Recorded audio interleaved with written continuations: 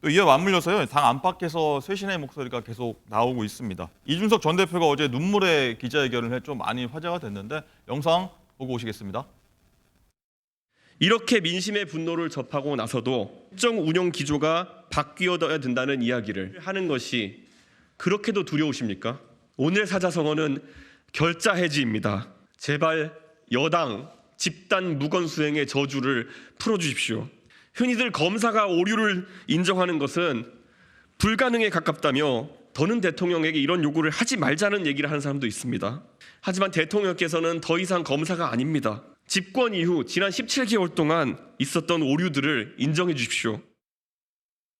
네, 눈물을 흘리면서 읍소하듯 얘기를 했는데 장희찬 최고 여기에 대해서 할 말 많으실 것 같아요. 저 눈물은 자기 자신의 가오를 반성하기 위해 먼저 흘렸어야죠.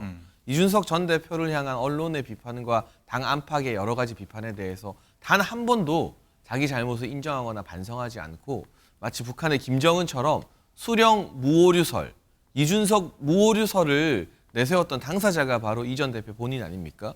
남에게 비판하는 건 쉽죠. 저도 시사평론가 때는요. 여당, 야당, 보수, 진보 안 가리고 다 비판을 했어요. 네. 근데 정치인이 되면 남을 비판하기 이전에 우리가 잘못한 것은 없나 먼저 반성하고 쇄신하는 모습을 보여줘야 하는 것인데 이 전 대표의 이런 메시지 내용 그 자체를 차치하고서라도 이준석이라는 메신저가 적어도 보수 진영 내부에서는 더 이상 신뢰를 받지 못한다는 차가운 현실을 인식하고 자기 자신을 위해서 반성의 눈물을 먼저 흘리는 게 이 전 대표가 가야 할 길인 것 같고요. 다만 이 기자회견과는 무관하게 국민의힘이 변화하기로 한 만큼 대통령실과의 소통에 있어서도 쓴소리를 그동안은 물밑에서 했다면 앞으로는 좀 더 역동적으로 국민들께 우리가 이런 의견도 낸다는 걸 보여드릴 필요가 있고 윤석열 정부의 국정 방향 큰 틀에 대해서는 대부분 동의를 하시지만 소통하는 방법이나 태도에 대해서 변화가 필요하다는 지적이 많거든요. 네. 그 부분은 저희가 또 유념해서 정부와 함께 대통령실과 함께 변화하도록 힘을 집중하겠습니다. 네, 뭐 받아들일 건 받아들이겠다 이런 말씀인데 강성필 대변인은 어떻게 보셨어요? 예, 그 이준석 전 대표의 눈물 어린 기자회견 보면서 저는 조금 뚱딴지 같은 생각을 해봤습니다. 네, 어떤 거요? 지금 정부와 여당에게 충정 어린 고언을 한 게 아니라 야당이 되겠다고 선언을 한 것 같은 그래서 뭐 조금 불편한 이별을 선언한 것 같은 그리고 어떻게 보면 어떤 본인의 정치 로드맵에 딱 짜여져서 네. 그 로드맵대로 흘러가고 있다. 그런 정치적 의도가 보이면서 야 역시 이준석 대표 정치 기계라는 칭찬을 받을 만하구나. 네. 적절한 타이밍에.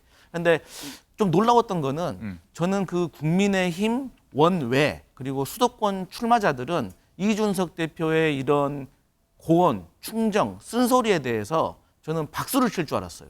그런데 제가 뭐 하루 새 한번 청취를 해본 결과는 의외로 지금 이 타이밍은 좀 아닌 것 같다. 네. 우리가 지도부에 대해서 답답함이 있고 어떤 정부와 여당의 국정 기조에 변화가 있어야 되는 건 맞지만 지금 이 타이밍에 말하는 것은 오히려 우리 국민의힘을 깎아내리는 건 아니냐. 그래서 우리 같은 수도권 출마자들 1000표로 갈려지는 승부가 갈리는 이런 수도권 출마자들로서는 부담스럽다라는 어떤 의견들이 많다는 걸 느끼면서 좀 새삼 놀랐습니다. 그렇군요. 굉장히 꼼꼼하게 보셨나 봅니다.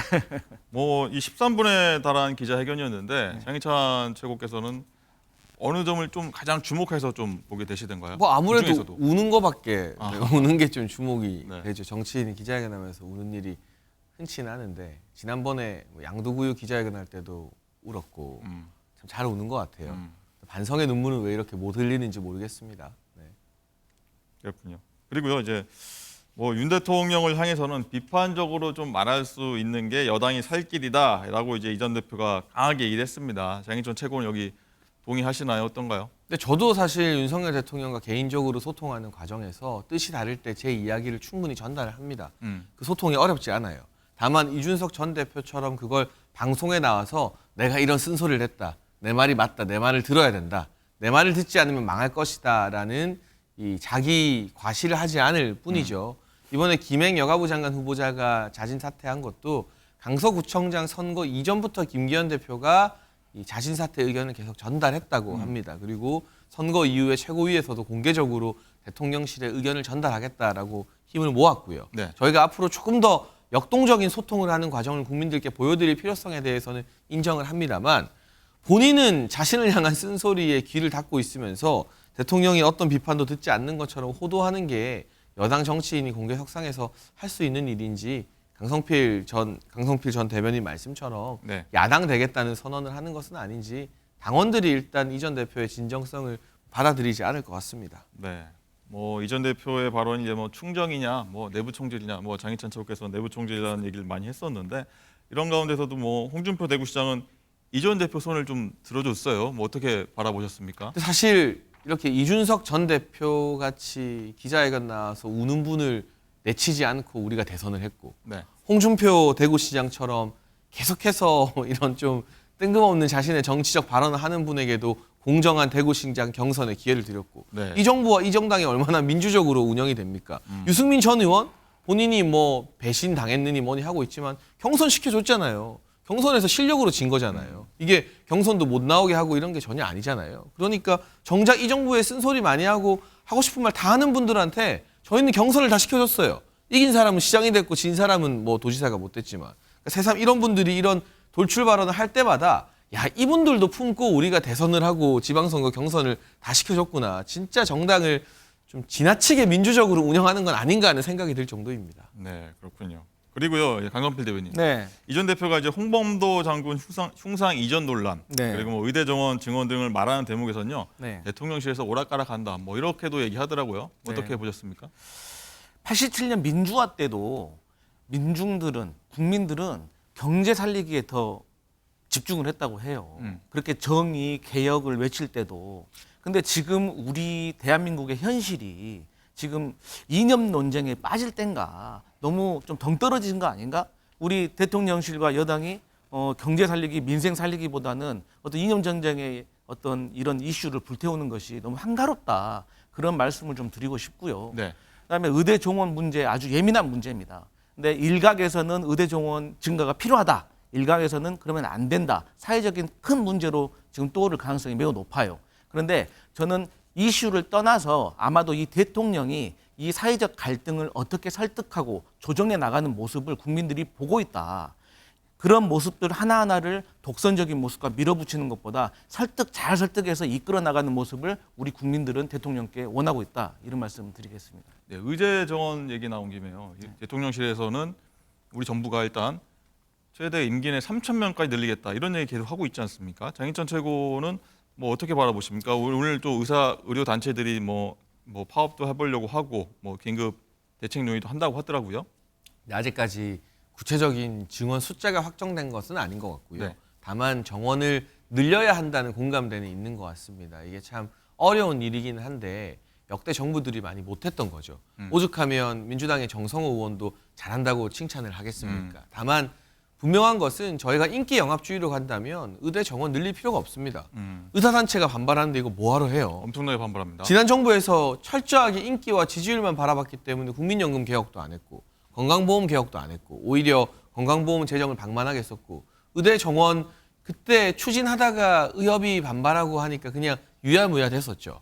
근데 꼭 필요한 인기가 없더라도 해야 할 일은 하는 정부가 윤석열 정부다라는 것을 보여주는 증거 중에 하나가 이 의대 정원 확충 문제인 것 같고요. 네. 명수가 뭐 몇백 명이다, 1,000명이다 이건 아직 구체적으로 말씀드리기엔 좀 시기상조인 것 같습니다만 OECD 기준에서 이 의사 한 사람이 국민 1,000명 진료하는 것 우리가 분명히 하위권에 속하고 있지 않습니까?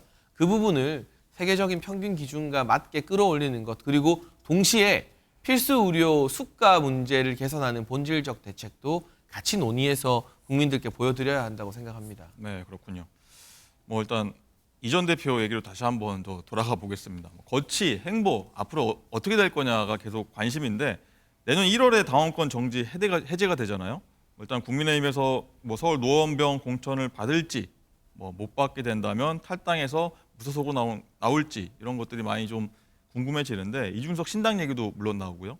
장인천 최고께서는 뭐 어떻게 전망을 하십니까? 그러니까 저는 사실 뭐 전망할 정도의 큰 관심은 없는데요. 네. 그런데 일단 본인이 노원 공천을 두려워하는 것 같아요. 왜냐하면 노원에 정상적으로 당의 공천을 받아서 승부했을 때 당선될 자신이 있을까? 그 자신이 있다면 지금 여의도 소통관에서 울고 있을 때가 아니라 노원 주민들 만나면서 눈물을 흘릴 때죠. 노원에 코빼기도 안 비치잖아요. 순천에 가 있다가 뭐 방송만 다니고 유튜브 하고 그러니까 정말 진정성이 있다면 공천을 받고 싶다면 당원권이 정지됐지만 저희가 일부러 그 자리에 새 당협위원장도 임명을 안 한 상태입니다. 그렇군요. 현수막 다는 거 당협위원장 명의가 아니고서는 다 할 수 있어요. 노원에서 다 사람들 만나고 활동할 수 있어요. 네. 노원구 동네 행사에 이준석 전 대표가 왔는데 노원구청에서 하는 행사에 마이크 안 줄까요? 다 마이크 줍니다. 아침마다 보통의 당협위원장들은 새벽 등산 산악회 버스 올라서 인사합니다. 그런 거 하나요? 안 하기로 유명한 분이거든요. 그러니까 본인이 애초부터 노원 갈 생각이 없이 지금 계속해서 명분 쌓기를 하는 중이다 정도로 보면 될 것 같고, 정말 노원 선거에 진심이 있다면 1월 당원권 정지가 해제된 이후에 열심히 준비해서 경선하면 되는 거죠. 뭐 이준석 전 대표는 다른 방송에서는 뭐 계속 노원병 공천을 받고 싶다, 뭐 하겠다, 뭐 이런 의지를 굉장히 보여줬습니다. 뭐 관련해서 강성필 대변인은 어떻게 전망하십니까? 그 이준석 대표가 얼마 전에 방송에 나와서 12월 말까지 바이올린을 끝까지 켜겠다라고 네. 말을 했어요. 저는 여기에 의미심장한 계획이 담겨 있다고 봅니다. 12월 말까지 아마도 국민의힘이 본인을 어떻게 대하는지를 지켜보겠다라고 저는 지켜보겠다라는 의미로 당시에는 이해를 했는데 네. 어제 기자회견을 하는 걸 보면서 그때 이미 마음을 굳혔다라고 말씀드리고 싶고요. 그 방증이 뭐냐면 이준석 대표가 노원에 출마해서 당선이 되는 것은 국민의힘이란 큰 정당 안에서 당선이 됐을 때 의미가 있는 겁니다. 대선 주자급으로 험지에서 당선이 됐다는 의미가 있는 거죠. 하지만 지금 국민의힘 안에서 정치를 할 수 있는 여건이 안 됩니다. 지금 이준석 전 대표는. 그런데 그런 상황에서 당선되기 어려운 노원에 가서 험지로 간다? 아니 사지로 간다? 이런 것은 본인의 정치적인 노선에 있어서 득실이 없다. 그래서 어떻게든 본인이 국회에 입성을 할 수 있는 방법을 찾으려고 하는데 앞서 말씀하신 것처럼 무소속으로 갈 것이냐, 정당으로 신당 창당으로 갈 것이냐 이런 문제가 있는데 이런 것들은 아마도 선거가 가까워질수록 국민의힘과 민주당이 비례대표제를 어떻게 운영하는 거에 대해서 조금 결과가 달려있다. 저는 그렇게 예상하고 있습니다. 관련해서 계속 한번 질문 드릴게요. 어느 신문에서 이런 시각도 어제 다루더라고요. 한번 제가 읽어보겠습니다. 이준석을 포용한다고 국민의힘이 내년 총선에 이긴다는 보장이 없지만 끌어안지 못하면 패배할 게 분명해 보인다. 어떻게 보십니까? 뭐 사실 공부 열심히 하면 좋은 대학 간다? 뭐 저는 그런 뜻으로 이해를 합니다. 사실 뭐 선거 결과를 뚜껑을 열어보기도 전에 이준석을 안으면 이기고 뭐 포용하지 못하면 진다 이런 것은 예단하기 어려운 문제인데요. 어쨌든 정당의 어떤 갈등이라든가 그 갈등을 봉합하는 과정들 그런 것들을 국민들이 보고 있다. 네. 그리고 다시 말씀드리지만 국민들이 보시기에는 정당 내부의 분열을 매우 부정적으로 보고 있다. 하지만 이런 것들을 알면서도 해결하지 못하는 게 또 정치인들이다. 그래서 저는 이미 이준석 대표와 어떤 대통령실 그리고 이준석 대표와 그 안철수 의원 이러한 문제들이 정치적 철학이나 신념에 의해서 갈라지는 게 아니라 저는 이제 좀 사람이 싫어진 것 같다. 좀 감정의 문제로 번진 것 같다. 과연 이러한 것들이 화학적으로나 물리적으로 봉합이 될 수 있을까? 그런 의문이 있습니다. 네, 장인찬 최고한테도 여쭤보겠는데 사실 답변이 예상되긴 하는데 어떻게 생각하십니까? 특정 개인 그리고 당원들과 보수 지지층으로부터 이미 평가가 끝난 사람을 품느냐 마느냐를 가지고 총선이 결정될 정도로 간단한 선거는 아니라고 생각하고요. 우리 국민들께서 윤석열 정부의 국정 방향에 힘을 실어 주실지 그렇지 않을지를 가르는 선거이기 때문에 국회 소통관에서 눈물 흘리는 사람의 거취가 그 전체적인 표심에 영향을 안 끼친다고 봅니다. 그렇군요. 그리고 안철수 의원과 이준석 전 대표의 싸움도 점점 계속 커지는 모양새인데 안 의원은요 어제 이 전 대표의 기자회견에 악마의 눈물쇼라고 비판을 했습니다. 안 의원 기자회견 모습 한번 보고 오겠습니다. 이준석 전 대표는 윤 대통령을 자기 힘으로 만들었다는 독선에 빠져 갈등을 빚다 징계를 당하고도 방송 출연을 통해 당을 비아냥거리고 조롱하면서 내부 총질만 일삼는 오만의 극치를 달리고 있습니다. 박근혜 정부의 은덕을 입고 어린 나이에 정치에 입문해 당 쇄신을 위해 지켜 세우고 대접해 주었더니 오만방자함이 극에 달했습니다.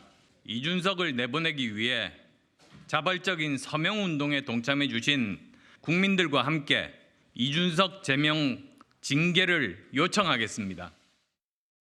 네, 이른바 자빠졌다 공방을 퍼뜨린 이 전 대표를 제명해달라는 건데 장가희 기자, 이 전 대표 반응이 또 나왔죠?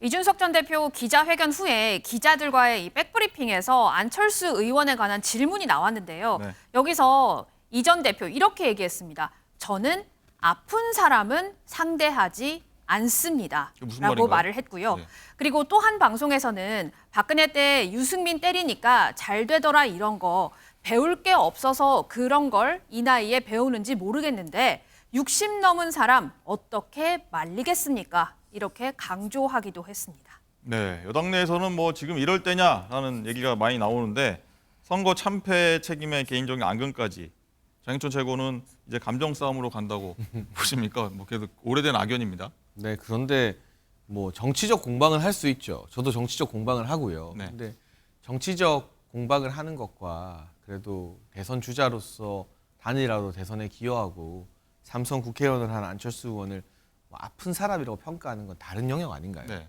적어도 안철수 의원은 어려운 선거인 걸 알면서도 강서구에 열심히 와서 이 선거에 기여를 많이 했습니다.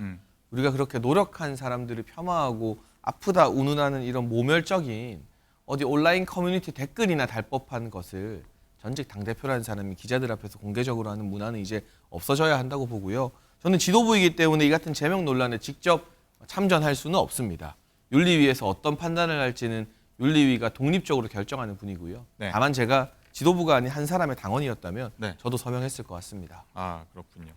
뭐 감정 싸움, 뭐 상대당 민주당 입장에서는 뭐 어떤 효과가 좀 있을까요?